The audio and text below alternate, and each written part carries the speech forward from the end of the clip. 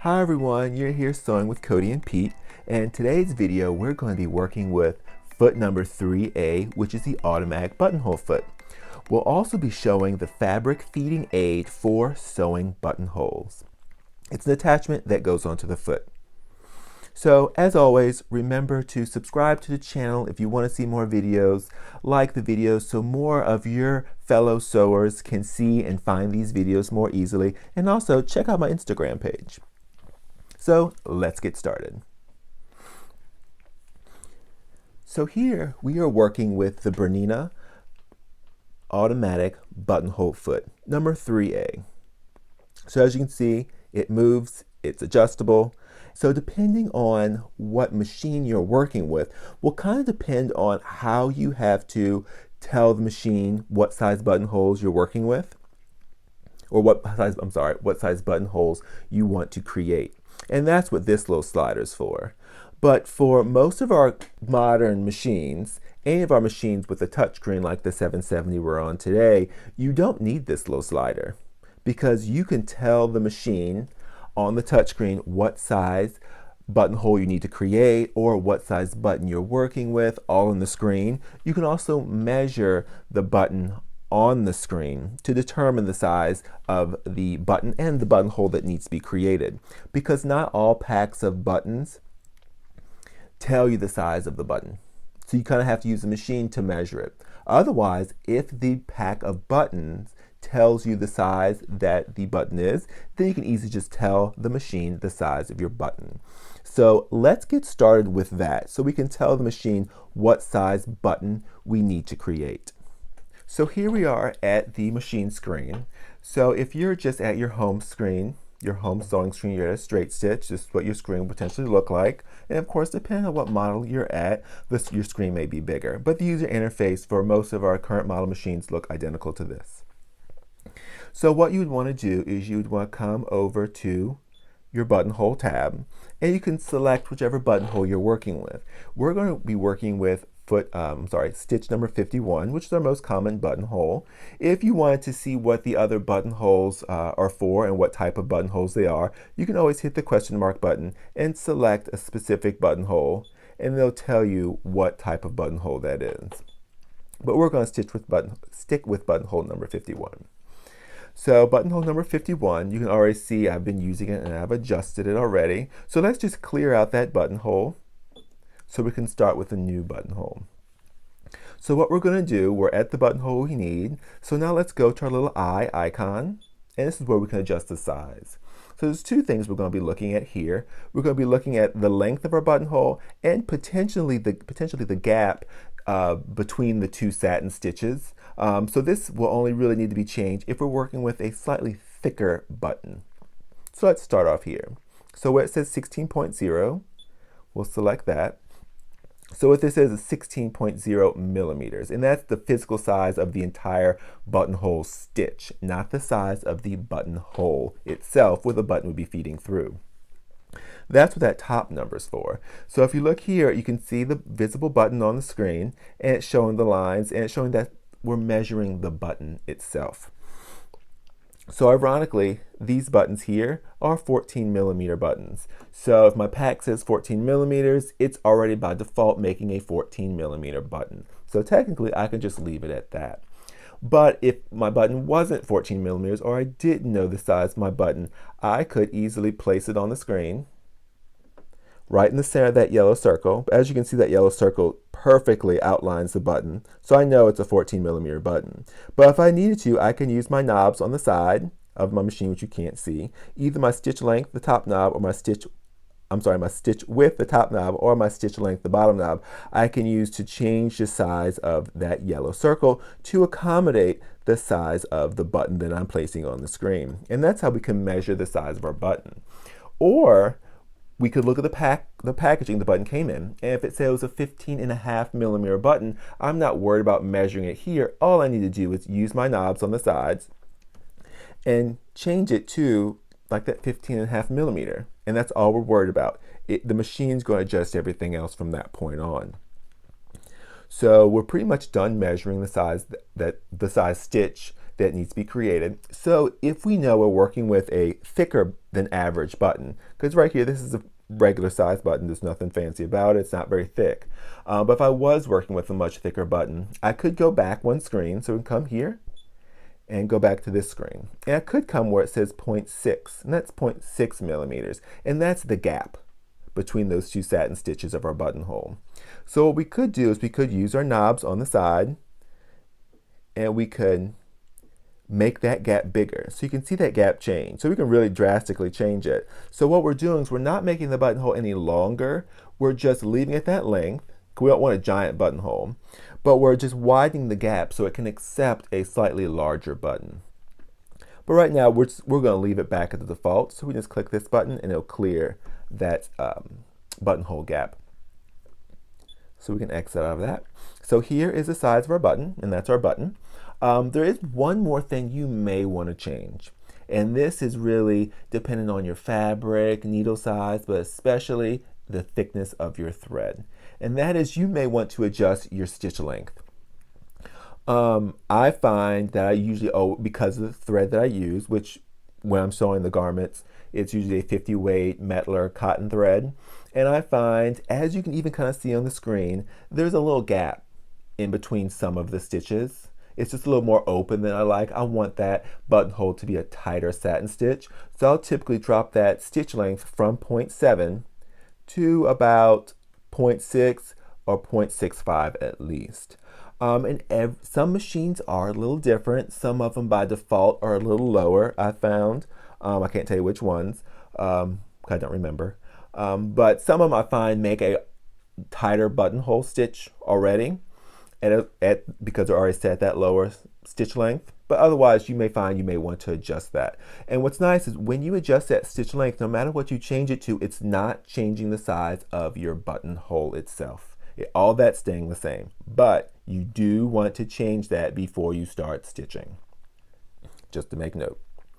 All right, so this is pretty much all the things we need to adjust on the screen. Now what we want to do is we want to go down and start making our buttonhole, or at least look more at the foot itself on the machine.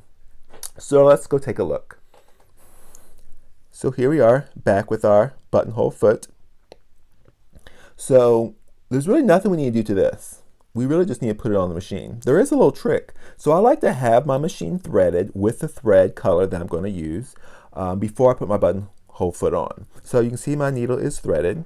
So what I'm going to do is I'm going to insert my threaded needle through the opening of the foot, because there's no way to bring that thread, like there's no slit in the side of the foot to bring that thread underneath and behind my foot. So I like to bring it through here first. So you can see my threaded needle is now underneath my foot, so I can take that thread, and now you can see it's underneath the foot. So I can put my foot on, and then I'm good to go. So what we always do is we always test our buttonhole that we just created on, I like to do it with the same exact thread and the same exact fabric that I used to create the garment. Because sometimes we work with different fabrics, they have a little different stretch, they're just different, or thicknesses, and I like to test it with the exact replica of what I'm going to be doing when I actually put it on my garment. So all we have to do here is start stitching. So we'll just start stitching and we'll see what happens.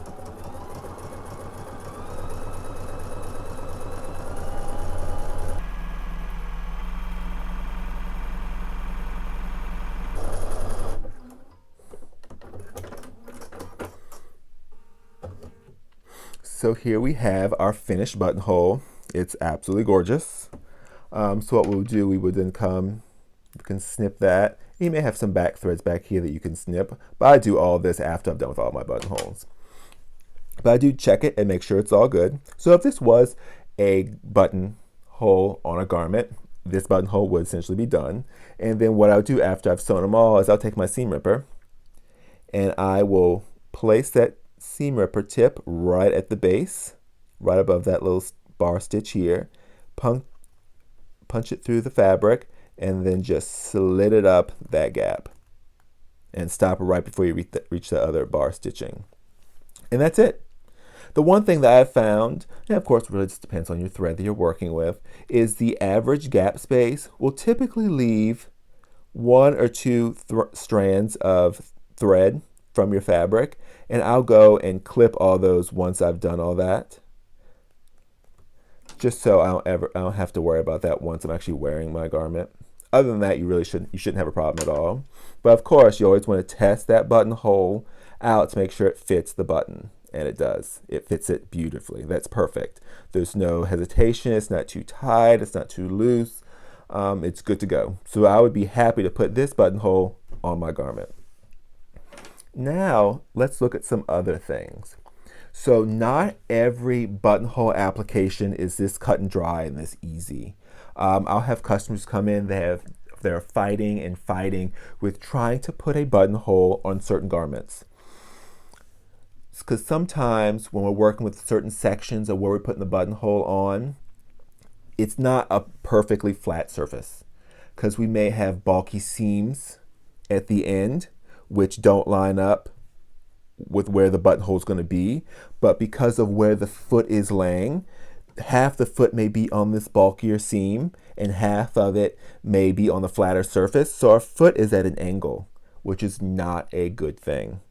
Or especially if we're coming from this direction and we're making perpendicular buttonholes. So if we're making a buttonhole like this that's coming towards the edge of our fabric and we've got this bulkier seam, because we may have interfacing, we may have a lining, we may have multiple things going on here. So here, it may start making the buttonhole nicely, but as that foot wants to ride up on that bulkier seam, it may mess up. And a lot of times it does. Especially when working with different types of fabric, multiple seams, it can really cause a problem. So there is an easy solution to that. Remember, Bernina has over 100 different feet and accessories for all their machines, which are all pretty much interchangeable with all the Berninas. So there's something to combat this issue. Another scenario that you may encounter when making buttonholes is if you're making it on really bulky fabric, like fleece. So if you're putting buttonholes on fleece, you're dealing with a bulky fabric. It's not dense, it's not really problematic to sew through. It's just one simple seam of fleece is very thick. So this fabric feeding aid for sewing buttonholes that attaches to the buttonhole foot will solve all those problems. So let's take a look at that attachment. So here is the box for the fabric feeding aid for the sewing buttonholes, also known as like a buttonhole compensating attachment. So we'll take it out of here. And so it's two pieces. It's quite simple. See if I can get it out the box. There we are. So here's the attachment. So you can see it's two pieces, but they're together. And so you can separate them into two individual pieces. So the bottom piece, which is actually going to come in contact with your feed dogs, it has a rubber grip on the bottom.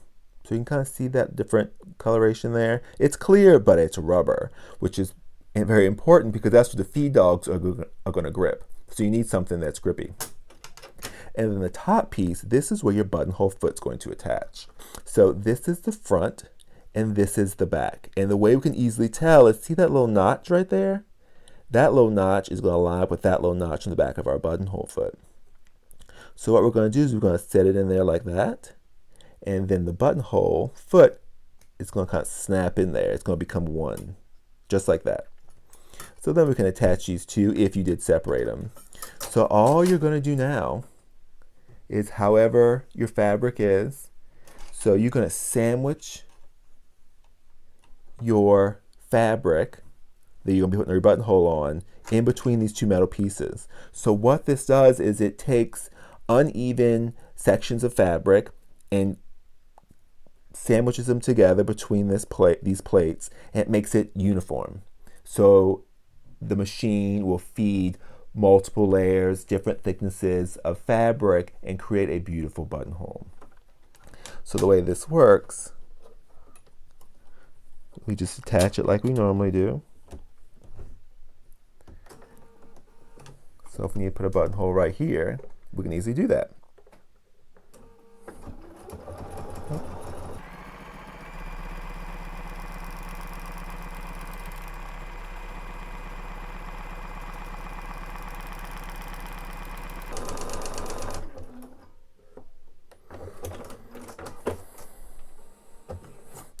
So now we made buttonhole, which would have been really close to a bulky edge with multiple seams and multiple layers of fabric. But because of this compensating plate, it was able to level it all off and bring that buttonhole right to the edge of where we needed it to be without any hesitation, without any problems. And we didn't have to reprogram the machine again to tell it the size. With all of our Bernina machines, when we're working with any stitch, remember they all have temporary altered stitch memory. So when we create a stitch or change a stitch, it always remembers it. And that's the same thing with our buttonholes. We make one buttonhole, it's programmed in there, and they'll make that same buttonhole over and over and over again. Even when we switch back and forth between stitches, we come back to that buttonhole stitch, it's going to make that same buttonhole over and over again, that same size, which works out perfect. When I'm up here sewing, I'm typically making a number, like recently I've been making a number of shirts at a time, and I'm using the same size buttons every time. So when I'm switching between threads, switching between stitches, feed, and everything, as long as I don't turn off my machine, it will remember that size buttonhole, so I don't have to reprogram it every time. So that makes it really, really nice. So this is the Bernina number 3A Automatic Buttonhole Foot with the fabric feeding aid for sewing buttonholes, this compensating plate, which it's wonderful. I've had a number of customers come in who have tried and tried, who've had just difficulty making buttonholes along the edge of where they've had seams, especially when we work with multiple layers of fabric and different weights of fabric, and they're trying to stitch close to that, and they've had issues just with the standard buttonhole foot. But I've shown them how to use this, and it's definitely made a huge difference when making buttonholes on those more problematic situations. Now, this isn't something I would use all the time just because it's big and bulky, but if you're encountering situations where you've got a bulky edge, this is perfect for that. You will not regret using it. But like I said, for a normal situation, there's really no need. Because here on my shirts, I'm just dealing with 3 layers of fabric along the edge, and it's just folded over an inch each time. So here I'm dealing with a solid surface the entire time when I'm stitching my buttonholes on the edge. So I have no need to use this on this particular situation. So I can easily just use just the regular buttonhole foot, and I can easily come down and create my stitches. But if I were having them come this direction, I may encounter a problem because I do have a little seam here and some extra bulk. I go from 1 layer to 3 layers, and especially if I was working with a heavier weight fabric, that little bump, that little difference in height could definitely make a difference. But because I'm just working on the same level of fabric, there's no need for me to use that aid. All right, well, I hope this helps with some of your buttonhole situations, a better understanding of the Automatic Buttonhole Foot number 3A. And as always, if you have any questions or comments, please leave them in the comments section below for this video, and I'll be happy to answer them. All right, I hope this video helps with any of your buttonhole situations using the Automatic Buttonhole Foot number 3A, and especially when you're working with some complicated fabrics and you're trying to make a perfect buttonhole, because that's what Bernina is known for. As always, if you have any questions or comments, leave them in the comment section below for this video. And as always, happy sewing!